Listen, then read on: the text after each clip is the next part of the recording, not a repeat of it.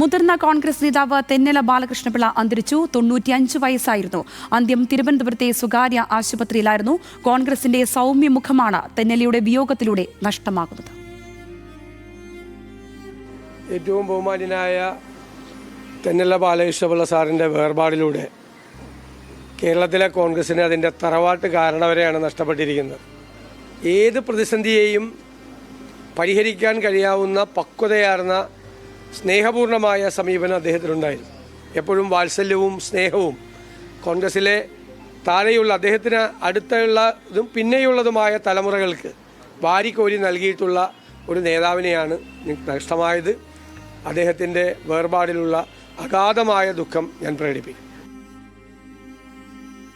കേരളത്തിലെ കോൺഗ്രസ്സുകാർക്ക് മാത്രമല്ല എല്ലാവർക്കും സഭാകരനായ ഒരു നേതാവായിരുന്നു തെന്നല ബാലകൃഷ്ണപിള്ള.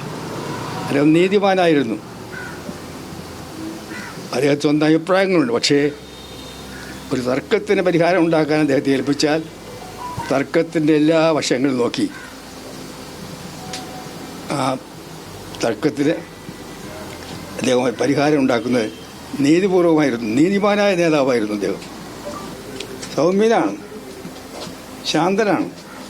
പക്ഷേ അദ്ദേഹത്തിൻ്റെ അഭിപ്രായങ്ങൾ അദ്ദേഹം യാതൊരു ഡിപ്ലോമസിയും കാണിക്കാതെ വെട്ടി തുറന്ന അപ്രസത്യങ്ങൾ പറയാൻ തന്നെ യാതൊരു മടിച്ചിട്ടില്ല. അദ്ദേഹത്തിൻ്റെ വേർപാട് കേരളത്തിലെ പൊതുജീവിതത്തിലുണ്ടാക്കിയ നഷ്ടം തീരാ നഷ്ടമാണ്. ആ മാതൃക പൊതുപ്രവർത്തകൻ്റെ വേർപാടിൽ കേരളം ഒന്നടങ്കം വേദിക്കുകയും കരുതുന്നു. എൻ്റെ അഗാധമായ ദുഃഖം ഞാൻ രേഖപ്പെടുത്തുകയാണ്.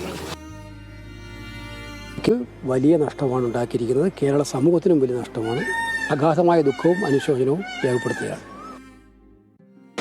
തെന്നല സാറ് കേരളത്തിലെ കോൺഗ്രസിന്റെ ഒരു സൗമ്യ മുഖമായിരുന്നു. അദ്ദേഹം എന്നും ആദർശശുദ്ധിയുള്ള, സത്യസന്ധമായ, നിഷ്പക്ഷമായ പൊതുജീവിതത്തിന്റെ ഉടമയായിരുന്നു എന്നുള്ളതാണ് തെന്നല സാറിനെ മറ്റുള്ളവരിൽ നിന്ന് വ്യത്യസ്തനാക്കുന്നത്. ആ വലിയ മനുഷ്യന്റെ ഓർമ്മകൾക്ക് മുമ്പിൽ ഞാൻ ആദരാഞ്ജലികൾ അർപ്പിക്കുകയാണ്.